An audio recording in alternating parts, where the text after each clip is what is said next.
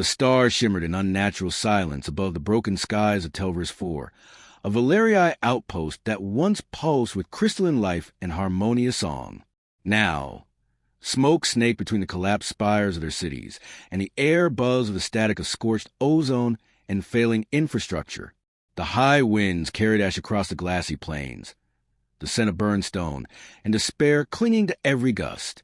Somewhere beneath the wreckage, the heart of their technology, a living core of biosentient computation, shivered on the brink of extinction.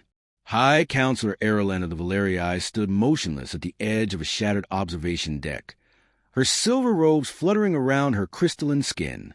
Her translucent fingers clutched a data core etched with the last known coordinates of the incoming vessel.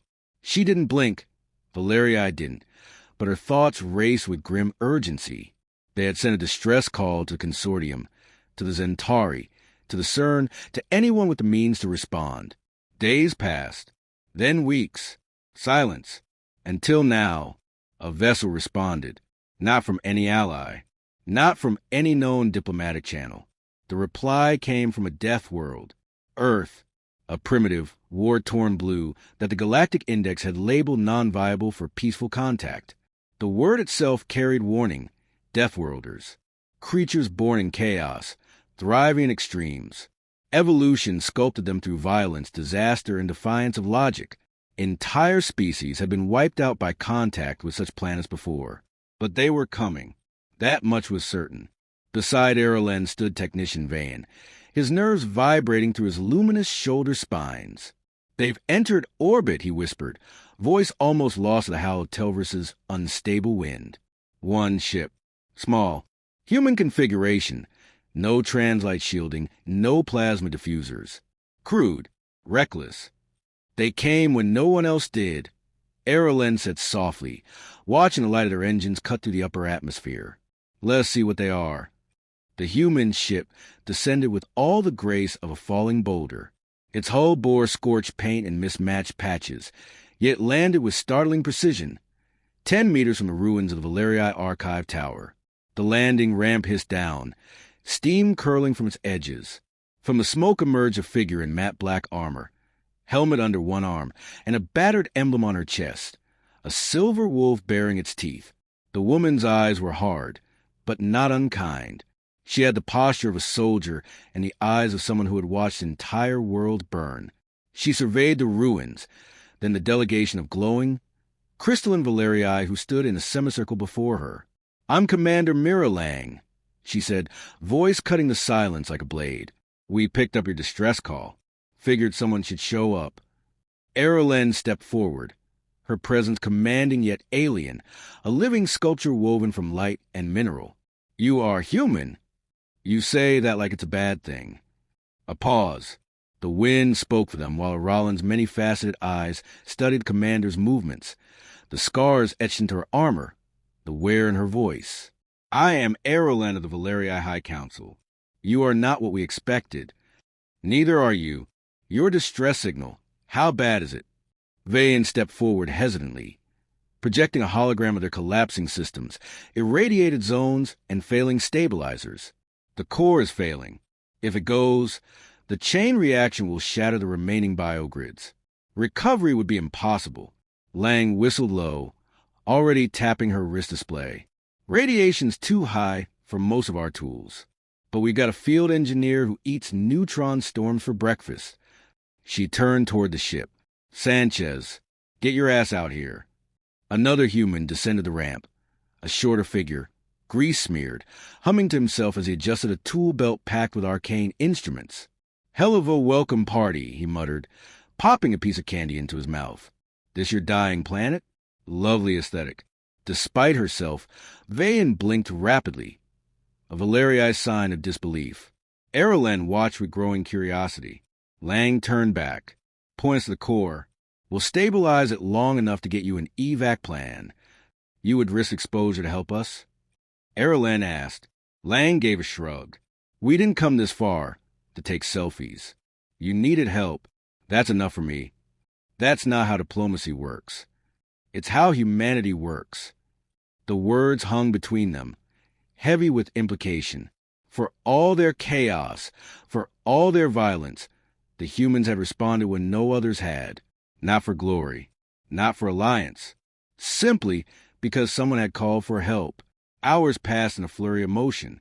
The humans worked quickly, ignoring radiation warnings, bypassing alien tech with disturbing intuition, and making choices that defied logical protocol.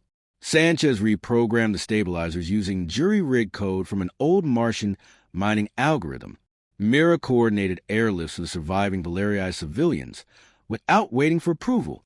At first, Valerii technicians watched in horror, then in awe, then in quiet admiration. By nightfall, what passed for night under Telveris' fractured sky, the core's reaction had been halted, temporary but stable. For the first time in days, the deep vibrations of their living technology began to hum again. Erlen approached Mira as a human commander leaned against a scorched support beam, sipping recycled water from a flask. Her armor was cracked. Her face was streaked with soot. She looked like a myth written in fire and stubbornness. "You saved our world," Erlen said simply. "We bought you time. The rest's on you. And why? What do you want in return?" Mira tilted her head. "Isn't that the first question everyone asks? What's the angle? What's the gain?" She sighed, looking out over the ruins. "Truth is, we're not here for diplomacy. Earth a hard place. Teaches you things. Like how to fight for someone even when no one else will." She met Rollins' eyes directly. "You needed help, so we helped." Silence followed. Then Erlen said, "You know the rest of the galaxy fears your kind." "Yeah, that tracks." Mira smiled. "But maybe they just need to know us a little better." And in that moment, amid the ruins of one world, beneath the cold stars of many, something shifted. Not trust, not yet, but a crack in the armor of prejudice. A glimmer of possibility. Because sometimes salvation comes not from those who promise peace, but from those forged in war. And the Deathworlders had arrived. The sun of Telveris broke through the sulfur-stained clouds in pale, reluctant shafts, casting jagged light across the fractured cityscape. The temporary calm was deceptive. Beneath the planet's surface, the core still groaned with unstable energy, and above, the orbital satellites blinked offline one by one. Yet for the first time in weeks, there was order in the chaos. Survivors moved with purpose. Systems hummed back to life. And the humans, those unpredictable, unsanctioned beings from the feared death world, had become the nucleus of that fragile hope. Commander Mira Lang stood in the middle of a hastily converted command center, sleeves rolled up, forearms streaked with ash and oil. Holograms shimmered around her in alien glyphs that she'd only half deciphered, but had learned to read through instinct and necessity. Her voice cut through the chatter like a scalpel. "Sanchez, you're pushing the intake too hard. You'll rupture the seal." A laugh came from behind a sparking console. "Relax, Commander. I've dated people more volatile than this reactor." He tightened the coupling with a groan and flicked the dial with practiced nonchalance. Nearby, Erlen observed with a gaze both analytical and inward. Her crystalline features, so unreadable to most, betrayed something close to fascination. The humans had worked for 30 hours without rest, fueled by caffeine, adrenaline, and what appeared to be sheer spite. They didn't wait for committee approval. Didn't pause to consider hierarchical precedents. They acted, and when something failed, they adapted. Fast. "You risk collapse with every bypass," she said quietly, her tone lacking judgment but full of warning. Mira glanced at her, without looking up. "Yeah, and you risked extinction waiting for help that never came. We play the hand we've got." "You truly believe action without consensus leads to success?" "No," Mira replied. "I believe in action with conviction. Success is the gamble." The philosophical divide between them was growing clearer with every hour, and yet it hadn't bred resentment.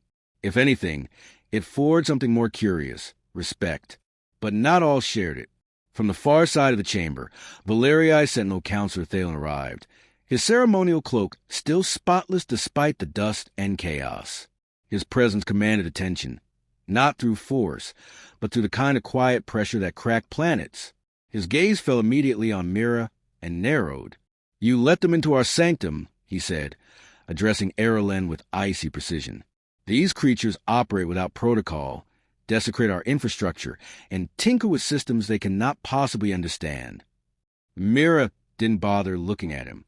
"You're welcome, by the way," she muttered. Thalen's voice tightened. "And now they mock us." "They saved us," Erlen said. Her voice didn't rise, but it stopped the conversation cold. No other delegation answered. The CERN refused transmission. The consortium quarantined the system. Only they came. And they came with weapons. "They came prepared to fight death," Erlen replied. Thalen's eyes, smoky quartz, flashed. Because that is all they know. War, destruction, survival through dominance. Sanchez popped his head up from under the console, wrench still in hand. "Buddy, have you seen what this planet's throwing at you? Earth might be rough, but this place makes our wildfires look like birthday candles." Thalen ignored him. "I moved to revoke their access and call for immediate disengagement." "And who will keep the stabilizers online?" Erlen asked, turning to face him fully. "You, with your pristine robes and your council mandates." The chamber fell silent. Mira finally stood, brushing off soot from her armor. "Look," she said, "we didn't come here to take over. Hell, we didn't even know if we'd be welcomed. But when we saw your signal, we responded. That's what humans do. We're messy, sure. We break things. But we fix them too, faster than anyone expects." She stepped closer, unflinching. "You can throw us out. But if you do, your core's going critical in less than 4 days. We stop patching it. The chain reaction starts again. So the way I see it, you've got 2 options. Pride or survival." For a moment, Thalen seemed ready to retort. But then his lips pressed into a thin line, and he turned sharply, disappearing into the upper levels without another word. "Diplomats," Sanchez mumbled, then returned to his wiring. Mira exhaled and leaned against console. Erlen approached, her head tilted in that slight, bird-like angle that indicated contemplation among her species. You confront him directly, without hesitation. Mira wiped her forehead. "You ever seen someone die because no one spoke up in time? I have. Not doing that again. Many fear you for that very reason." "Good. Fear keeps people honest." There was a pause before Erlen replied. "It also keeps them distant." It wasn't an accusation, just a truth, spoken plainly.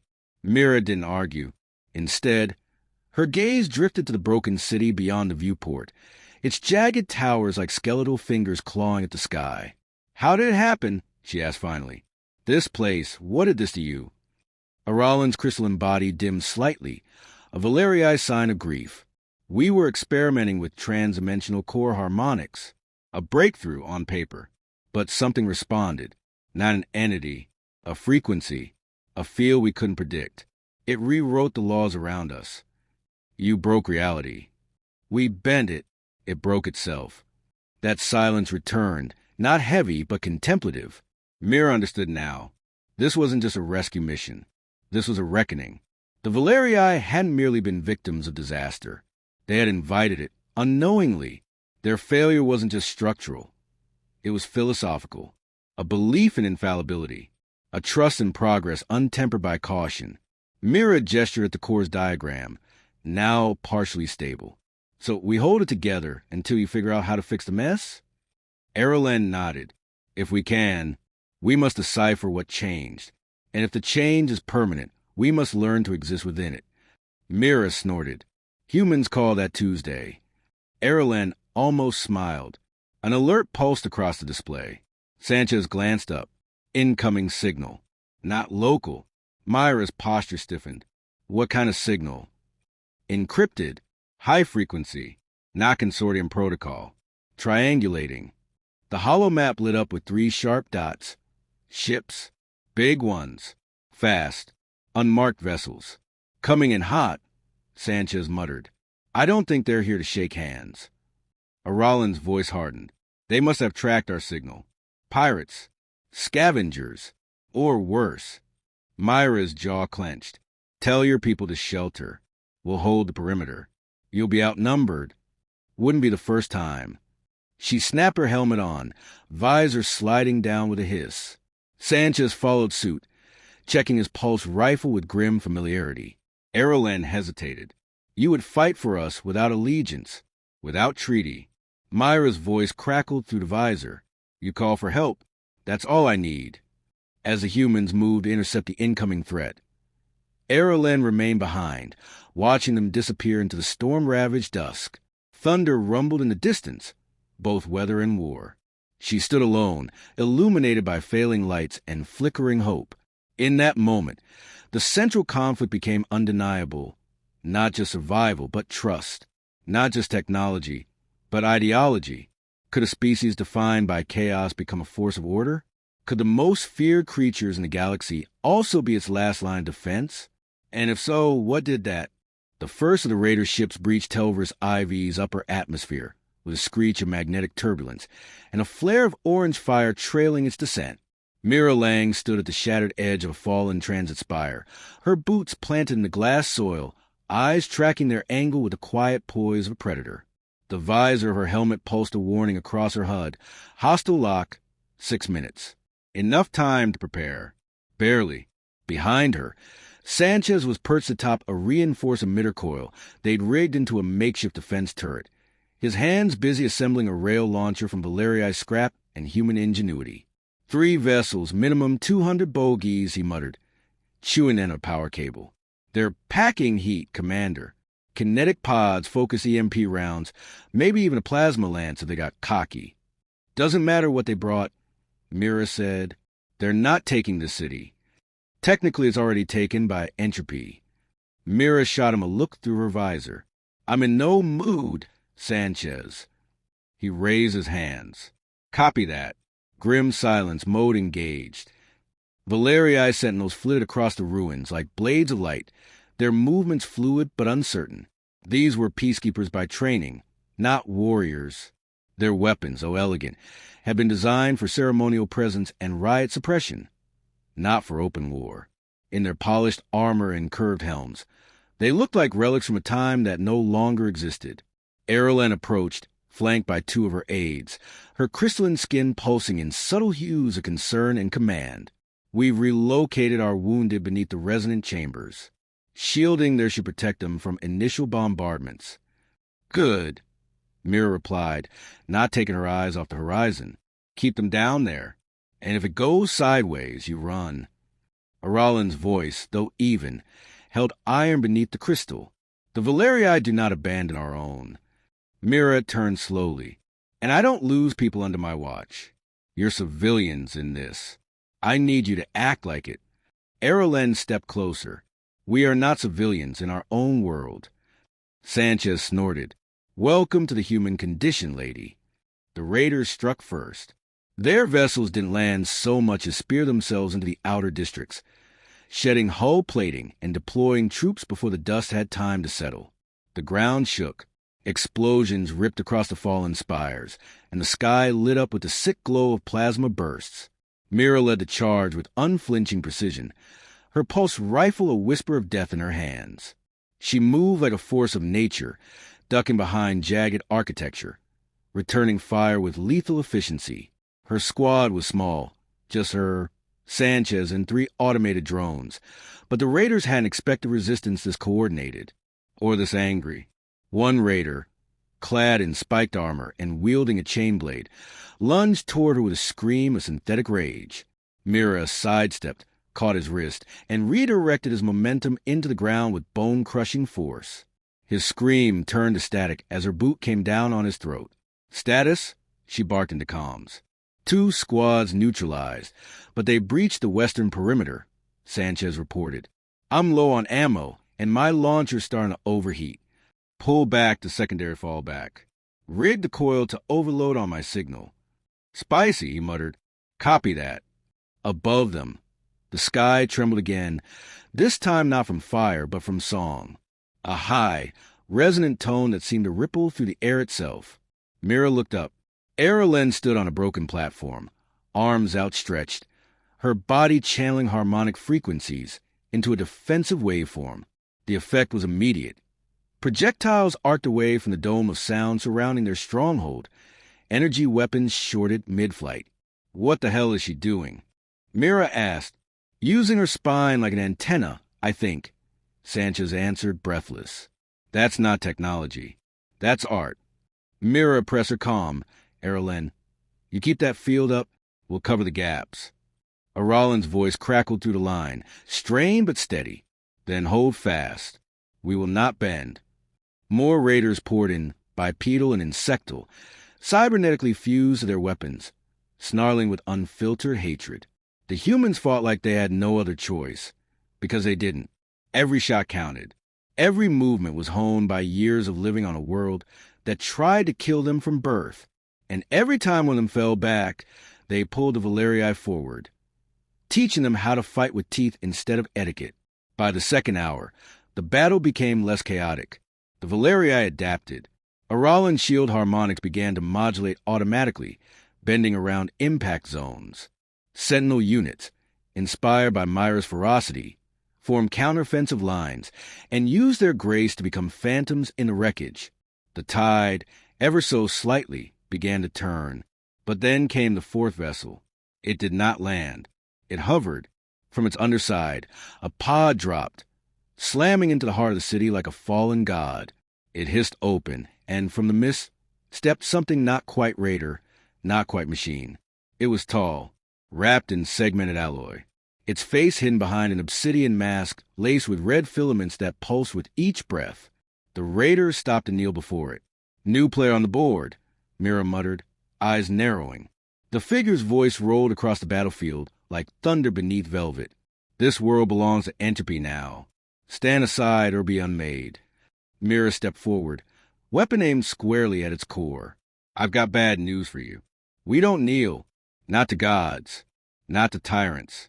And definitely not to corporate scavengers in cosplay. The being turned its gaze on her. You are of Earth. Deathworld born and proud. Your kind was deemed too unstable for alliance. Mira smiled behind her visor. And yet here I am, saving a world while the stable ones ran. Without another word, the entity raised its hand, and a pulse of null energy surged forward. The harmonic shield shattered like glass. The front line reeled. Erlen collapsed, her crystalline skin flickering as she gasped, the overload cracking the delicate lattice of her neural lattice. Mira was at her side in an instant. I can't hold it, Erlen whispered. You don't need to. We've got this. Mira rose, rifle gone, fists clenched. The entity raised its weapon, but before it could fire, Sanchez's voice came through. Hey, boss, say the word. Mira smiled grimly. Light it up. The emitter coil Sanchez had primed earlier exploded, unleashing a blast of condensed electromagnetic fury. The sky lit like dawn, the raider ships shuddered midair, and the masked entity staggered, its armor flickering with power loss. Mira moved. No weapon, just speed and fury. She leapt, grabbed the entity by the throat, and drove it through a wall of crystal steel, sending shards in every direction. The fight was brutal. Fists against armor, rage against silence. Myra's suit cracked. Blood dripped from her temple. But she didn't stop. Not until the mask splintered. Not until the glow inside it dimmed. When it finally fell, silence blanketed the ruins. The surviving raiders fled, broken without their figurehead. The remaining Valerii emerged from the ruins, stunned. Some knelt beside Erlen. Others helped the wounded. All eyes turned toward Miralang, standing bloodied and shaking but alive. Erlen, despite her injuries, looked up at her with something more than respect, something akin to reverence. You are chaos incarnate, she breathed. Damn right, Mira said, spitting blood. A week passed, and Telveris no longer smelled of fire. Smoke still rose in the distance, but it no longer billowed, it drifted. The great spires were jagged ghosts against a pale blue sky, many reduced to scorched pylons and fused stone, yet their bases now buzzed with strange harmony. Human machinery and Valerii bioarchitecture had begun weaving together in clumsy, desperate choreography, function over form, Earth-style reconstruction. It was inelegant by Valerii standards, but the systems were stabilizing. The core no longer pulsed like a bomb waiting to breathe. Commander Mira Lang stood at the central ridge, arms crossed, eyes fixed on a new structure rising from the ashes. A relay tower, human-built but laced with crystalline conduits. It wasn't much to look at, but it worked. Erlen approached, moving more slowly than before. Her body still flickered with energy disruptions from the harmonic feedback, and her inner lattice hadn't fully restructured. Despite that, she held herself tall, her voice soft but steady. "You've done more than we expected." Mira didn't look at her. "You expected monsters. We expected extinction, either by silence or by your hand. And now," Erlen exhaled, though the motion was more symbolic than biological. "Now we wonder whether survival requires surrender, not of territory or culture, but of certainty." Mira finally turned. Her face was drawn, exhaustion carving shadows beneath her eyes. "You're afraid." "I am." "Good. That means you're thinking clearly." Erlen tilted her head. "Do humans always use fear as clarity?" "Only the smart ones." Silence stretched between them, not uncomfortable, just heavy. Mira didn't enjoy diplomacy, but she understood the stakes now. The initial fight had been to save lives. The real war was to decide what came next. Down below, Sanchez barked something unintelligible as sparks flew from a power relay. One of the Valerii engineers beside him ducked, and then, laughing, adjusted the emitter settings. Mira almost smiled. "Almost. The signal array is almost done," she said. "We can start transmitting across the sector." Erlen nodded. "And then what? You broadcast our survival? Invite others to see what the Deathworlders have done." "You invite them. I'll just be standing in the corner, looking threatening. There are factions within the High Council that will never accept what happened here. Not asking them to. Not yet." "Then why stay?" Mira hesitated. Then, "Because I've seen what happens when we help someone and then leave too fast. The galaxy forgets. You get picked apart. By scavengers, by politics, by old fears pretending to be wisdom. I'm not letting that happen." "You speak as if you carry the weight of history on your shoulders." "I carry ghosts." That finally earned a flicker of recognition from Erlen, a glint of emotion, not yet empathy, but something approaching it. "And are you so certain this is the right course?" "No," Mira said, "but certainty's what almost got you people killed." The central conflict now shimmered into view, no longer masked by gunfire or the need for triage. The question was no longer whether humanity could help. It was whether the Valerii could evolve, culturally, structurally, to accept that help without unraveling their own identity. Mira had done her part, but change wasn't a rescue. It was a choice. Movement stirred behind them. Counselor Thalen emerged, still rigid, still pristine, but no longer indignant. His gaze fell on Mira, then on Erlen. "We've received a transmission." Mira tensed. "From Earth." Aralan's expression shifted. Thalen stepped forward, holding a shimmering data crystal. "It's a formal offer, not of alliance, but of dialogue. The Terran Federation has sent an envoy, neutral, civilian. They request permission to land." Mira arched a brow. "They actually sent a diplomat? Who'd they dig up for that job?" Thalen's eyes narrowed. A name was included. Ambassador Ida Lang. Mira blinked once, then twice. "My sister? You did not expect this?" "No," she muttered, rubbing her temples. "She hates space. And me." Erlen stepped closer, intrigued. "Family tension?" "She's everything I'm not. Calm, persuasive, civilized. She probably drinks tea with her enemies before dismantling their whole political apparatus with a smile. A different kind of weapon than—" "Yeah," Mira said, sighing. "And now they're sending her to clean up my mess." "This isn't a mess," Erlen said quietly. "It's a beginning." And Mira, after a pause, nodded. That evening, the humans and Valerii gathered under fragmented sky. Makeshift lamps, powered by human generators, cast light over scaffolding and fractured marble. The dead were honored in both traditions. Crystalline effigies for the Valerii, simple flame markers for the humans. Words were few. Grief was shared. After the ceremony, Mira walked alone among the ruins, her rifle strapped to her back, her mind on Earth, on her sister, on what came next. She had fought wars before. She had lost comrades. But this felt like the hardest part. Peace required surrender, not of weapons, but of suspicion. She found Erlen waiting at the Overlook. I reviewed the Federation's proposal, Erlen said. They offer reconstruction support, access to their emergency response networks, and cross-training for our Sentinel units. No strings, only honesty. Mira huffed. That's new. Erlen folded her arms. And if we say yes, then maybe you're not just survivors. Maybe you're something more. You sound hopeful.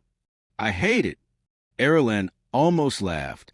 The sound was strange, chiming, gentle, alien. Mira didn't laugh, but she smirked, just barely. The sound of thrusters hummed in the distance. The diplomatic shuttle descended slowly. Lights blinking like stars returned. Mira watched it with narrowed eyes, her posture steady, but inside her chest, a tightening. They're not ready for you, she said. I don't think anyone ever is, Erlen replied. The shuttle touched down. Its hatch hissed open. A tall woman with dark skin, silver-gray eyes, and a pressed suit stepped out. She looked nothing like Mira, and exactly like her. Ida Lang scanned the wreckage. The mixture of crystalline architecture and rusting alloy. The mingling of species. The mingling of pain.